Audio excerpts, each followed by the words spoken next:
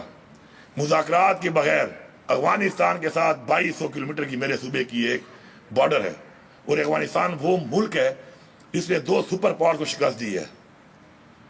یہ کوئی کچے کے ڈاکو نہیں ہے, یا یہ کوئی موبائل سنیچر نہیں ہے کہ آپ کو مذاق لگ رہا ہے. یہاں پر آپ بغیر مذاکرات کیے افغانستان کے ساتھ اس خطے میں امن کی بحالی نہیں کر سکتے. اپنی کیپیسٹی بھی آپ دیکھ لیں, ان کی کیپیسٹی بھی آپ دیکھ لیں. اور افغانستان کے لیے تو جنگ, ان کے لیے تو بزنس ایز یوزول ہے. ان کی تو 2 نسلیں جنگ میں پیدا ہوئی ہیں. کیا ہماری یہ پوزیشن ہے, کیا ہم یہ کر سکتے ہیں؟ میں افغانستان سے جب بات کرتا ہوں مذاکرات کی, اس لیے کرتا ہوں کہ پوری دنیا میں ہر مسئلے کا حل ہی مذاکرات ہے. ہمارے پہ ایک اور الزام لگاتے ہیں بار بار بیٹھ کر کہ جی ہم طالبانوں کو لا رہے تھے, ہم طالبانوں سے مذاکرات کر رہے تھے. مذاکرات ہم نے بالکل پہلے بھی بات کی ہے, اب بھی ہم کرتے ہیں. لیکن یہ 2022 میں جب پی ڈی ایم کی حکومت آئی ہے رجیم چینج کے بعد, ان کی نیشنل سیکیورٹی کمیٹی کی میٹنگ میں بھی یہ فیصلہ ہوا ہے اور اپروول ہوئی ہے کہ طالبانوں سے مذاکرات کیے جائیں. سائن موجود ہے, میٹنگ موجود ہے, ریکارڈ کا حصہ ہے, آپ دیکھ لیں اس کو. تو یہ الزامات لگا کر میں آپ پہ الزام لگاؤں, آپ میرے پہ الزام لگائیں, اس طریقے سے مسئلے حل نہیں ہوتے. میں نے جو کرسی اون کی ہے اس پہ جو پیچھے ہوا ہے مجھے اون کرنا پڑے گا, مجھے اپنی پالیسیز ٹھیک کرنی پڑیں گی. اگر میں نے اس کرسی پہ بیٹھ کے غلط فیصلہ کیا ہے اور مجھے پتا چلا کہ فیصلہ غلط تھا, تو مجھے اس فیصلے کے لیے اصلاح کرنی پڑے گی. اپنی انا کا مسئلہ نہیں بنانا پڑے گا. انا کا مسئلہ بنا کر ہم ملک کو ایک ایسی طرف دھکیل رہے ہیں کہ نہ ہماری کوئی ڈائریکشن ہے اچھی اکانومی کی طرف, نہ ہماری ڈائریکشن ہے اپنے اس ملک میں امن و امان کی طرف, اور نہ ہی اس خطے میں ہم کو ایسا کردار ادا کر پا رہے ہیں. ہم سب نے اس کے لیے کردار ادا کرنا ہے. میڈیا کا ایک بہت بڑا کردار ہے. میں سمجھتا ہوں کہ میڈیا ایک برج ہے عوام کے درمیان بھی اور حکمرانوں کے درمیان, اور اسی طرح میڈیا ایک برج ہے انٹرنیشنل ڈپلومیسی اور اپنے ملک کی ڈپلومیسی کے درمیان بھی, کہ وہ ہائی لائٹ کر سکتا ہے کہ آپ کس طرف جا رہے ہیں, اس کے کیا ریزلٹس آ رہے ہیں, عوام کیا سوچ رہی ہے, دوسرے ممالک آپ کے بارے میں کیا سوچ رہے ہیں, اور آپ کی کون سی پالیسیز ہیں جس سے آپ کو وہ ریزلٹس نہیں مل رہے جو آپ کو ملنے چاہیے. اس کے لیے ہمیں ایک نیشنل ڈائلاگ کی ضرورت ہے, اور وہ نیشنل ڈائلاگ عمران خان کے بغیر نہیں ہو سکتا. عمران خان اس وقت پاکستان کا واحد لیڈر ہے جس کی 4 صوبوں میں اے جے کے اور گلگت بلتستان میں ایک بھرپور نمائندگی ہے, پاپولیرٹی بھی ہے, نمائندگی بھی ہے, فالوئنگ بھی ہے. اس کو جیل میں رکھ کر آپ یہ سمجھتے ہیں کہ آپ اس ملک میں ملک کے حالات ٹھیک کر لیں گے, یہ ناممکن ہے. اس وقت اعتماد کی یہ پوزیشن ہے کہ جب مجھے یہ صوبہ ملا تو آپ یقین کریں کہ لکی میں میری پولیس احتجاج کر رہی ہے کہ فوج کو نکالو یہاں سے, پھر Bannu followed by Tank, D I Khan, Waziristan, ہر طرف یہ بات چل رہی ہے. ان حالات میں صوبہ ملا. آج الحمدللہ میں نے اپنا provincial election plan as a whole اس پہ کام شروع کیا ہے, اور اس میں پہلی چیز جو میں نے دیکھی وہ یہ دیکھی کہ کوئی ایسی جنگ آپ عوام کے بغیر نہیں جیت سکتے. You have to win the hearts. اس پہ ہم نے کام شروع کیا. آج الحمدللہ اس کے ریزلٹ آپ دیکھیں. کرک میں حملہ ہوا, پوری کی پوری کرک کی عوام نکل آئی. بنو میں حملہ ہوا, بنو کی عوام نکل آئی. لکی کی عوام نے اعلان کر دیا ہے کہ اگر کوئی دہشت گرد حملہ کرے گا اپنی فورسز کے ساتھ پہلے ہم لڑائی کریں گے. خیبر جو اس وقت ایسے حالات میں ہے کہ ابھی تک ہمارے ٹی ڈی پیز بہت سارے کچھ گاؤں میں شفٹ نہیں ہوئے, اب تک اتنا ایک وہ سینسٹیو ایریا ہے. کل رات کو حملہ ہوا ہے, پوری کی پوری عوام نکلی ہے, حملہ چیک پوسٹ پہ ہوا ہے, انہوں نے حملے کو پس کیا ہے کہ جی ہم لڑیں گے. یہ وہ میں پالیسی جن کو بتاتا ہوں اور اس پہ عمل نہیں کرتے, تو میں اس کے ریزلٹس دے رہا ہوں آپ کو یہاں پر. یہ ریزلٹس آپ کے سامنے ہیں, کوئی میں دعوے نہیں کر رہا, یہ ریزلٹس ہیں. وہ کہتے ہیں نا ایکشن ناٹ ورڈز, ورڈز بھی نہیں ریزلٹس. یہ ریزلٹس ہیں جو میں آپ کو بتا رہا ہوں اور یہ آپ کے سامنے ہیں اس وقت. تو میں ان کو اسی پالیسی کا کہہ رہا ہوں کہ آپ اس پالیسی پہ آئیں اور اس پالیسی پہ بیٹھیں. اور دوسری بات کہ جب تک ہم بیٹھ کے یہ تعین نہیں کریں گے کہ یہ جنگ جیتنے کے لیے میری کیا ذمہ داری ہے, آپ کی کیا ذمہ داری ہے, کیا لاجسٹک چاہیے, اس کے لیے آپ کیا کریں گے, میں کیا کروں گا, میں کس چیز کا آنسریبل ہوں, آپ کس چیز کے آنسریبل ہیں. تب تک یہ پریزنٹیشنز اور یہ میٹنگز اور یہ پلانز اور یہ کوئی نام دے دینا, یہ آپریشن جو ہم نے کیے, میں کیوں آپریشن کے خلاف ہوں؟ کیونکہ آپریشن سے میرے صوبے میں تباہی ہوئی ہے, فائدہ کوئی نہیں ہوا. اگر آپریشن سے فائدہ ہوتا تو میں اس کی حمایت ضرور کرتا. آپریشن سے تو میرے لوگ مزید مخالف ہو گئے ہیں, نقصان بھی اٹھائے, جانیں بھی قربان ہوئی, فائنینشلی بھی نقصان اٹھایا, صوبے نے اٹھایا, انڈیویجل نے اٹھایا, اور رزلٹ کیا نکلا اس کا؟ کچھ بھی نہیں. تو اس لیے جو ہم کچھ چیزوں کی مخالفت کرتے ہیں تو ہم حالات کو دیکھ کے کرتے ہیں, کیونکہ ہم عوام کے اندر ہیں, ہم عوام کی رائے کا جائزہ لیتے ہیں. عمران خان نے ہمیں یہی سکھایا ہے کہ عوام کی رائے کو دیکھتے ہوئے, عوام کے سینٹیمنٹ کو دیکھتے ہوئے, عوام کے ساتھ عوام کو کرنے کے لیے عوام کی رائے کے ساتھ چلنا پڑے گا.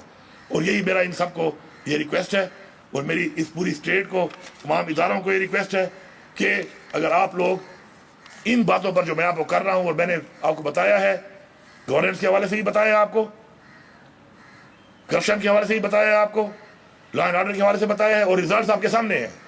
ہر طرح کے ان 13 مہینوں میں ہر طرح کے ریزلٹس جو میں نے آپ کو بتائے ہیں وہ ہمارے سامنے ہیں, ود دا پالیسی جو ہم نے اڈاپٹ کی ہوئی ہے. تو اس پالیسی کو آپ بھی اڈاپٹ کریں, باوجود اسے کہ آپ ہمارے ساتھ کوآپریٹ نہیں کر رہے, اس کے باوجود بھی یہ ریزلٹس ہیں. تو اگر یہ سارے مل کے کوآپریٹ کر کے اور انا سے نکل کے عمران خان کو رہا کر کے ہم اس پہ بیٹھ جائیں تو کوئی ایسا چیلنج نہیں ہے جو اپنا ایک ایز اے پاکستانی ہم لوگ اچیو نہ کر سکیں. انشاءاللہ میری یہ دعا ہے, افطار کا ٹائم بھی ہونے والا ہے, کہ اللہ تعالیٰ ہم سب کے روزے اور عبادتیں بھی قبول کرے, ہمیں توفیق دے کہ ہمارے لوگ اپنی خوشیاں اپنے بچوں کے ساتھ, گھر والوں کے ساتھ عید کی منا سکیں, اور ہمیں یہ توفیق دے کہ اپنے ملک کے لیے ہم کردار ادا کر سکیں, اور ہمارے اندر سے یہ ذاتی انٹرسٹ کے بجائے ہمارے اندر قومی مفاد کا جو ہے وہ ایک جذبہ اللہ تعالیٰ ہمارے اندر پیدا کرے اور اسے ہمیں سرشار کرے, اور ہمیں توفیق دے کہ ہم ان لوگوں میں شامل ہوں, کل یاد کیا جائے کہ یہ وہ نسل تھی جس نے پاکستان کے وہ مسائل حل کیے تھے جو مسائل ہمارے باوجود نے دیکھے یا ہم نے دیکھے, ہمارے بچے اس کو نہ دیکھیں. آمین. بہت شکریہ.